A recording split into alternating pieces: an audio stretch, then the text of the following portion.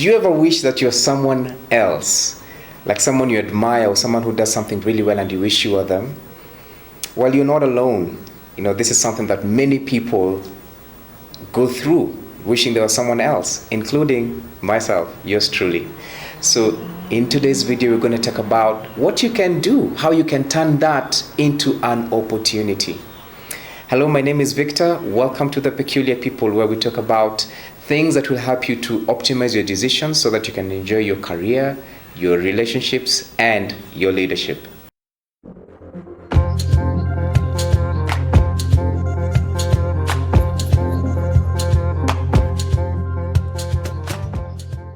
My brother, he's really good with his hands. I remember when we were kids, he would make for us this toys, like the toy cars that we used to make with wires and the wires and rubber slippers. So it was really an interesting thing. And he used to make ours stand out from our neighbors because ours used to have lights. So every time our parents would send us out, especially in the evenings, we really enjoyed that, because now we'd be going out to the shops with our toy cars, and guess what? They have lights. They have these flashlights, and it was really enjoyable. It was fun, and all this was my brother's ingenuity, if I may call it that. I mean, he's really good with his hands. I remember there's another time that he made a switch. So we had this radio in our bedroom, and so he connected it to the main switch for the light, so that when you pull it down once, it turns off the light. When you pull it down the second time, it turns off the radio. Now the radio wouldn't just go off, like immediately. It would fade off, which I found, as a kid I was just thinking, how do you do this? So when I was a kid, he was like my superhero. And to date, he is very good with his hands. He doesn't need to take his car, for the regular service. He does it all by himself. All he needs to do is buy the service parts, and he does it all by himself. And I admire the fact that he's really good with his hands. And my brother is one of those persons that I wish I could be like him. Yeah. Because I admire these things about him. Right, so that's our firstborn brother. So incidentally, now our brother, who the one who follows me, this guy, he knows how to live life. He may, at least within the context of what we're going to talk about, he knows how to live life, because he has taken his wife to different towns, different destinations, and all that, and they just enjoy their marriage in terms of the adventures that they have. And at times I wish I wish I'd be able to do such things for my wife, or at least have such adventures. All right.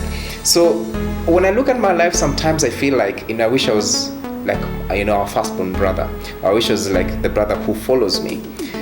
And it's a natural thing. It's a natural phenomenon that when we look at someone else and maybe there's something about them that we admire, we wish to be like them. How do we translate that from just wishing? Because if you wish, and you leave it there and do nothing about it, then that's wishful living or wishful thinking. But how do you translate that into something that can work for you? So let's talk about two things. Number one is what we call the donut effect. So the donut effect is where you look, the way the donut is shaped, and there's something missing in the middle. All right. If you focus on what's missing, then you may not enjoy the donut itself. And so what the donut effect here is, it means that you stop looking at what is missing and you look at what is there. So in the context of what you're talking about here, what you want to do is don't just admire what they have. Begin to ask yourself, okay, so in my case, for example, my brother is really good with his hands, and he does amazing things with electronics. If you ask me to do anything with electronics, I'll look the other direction.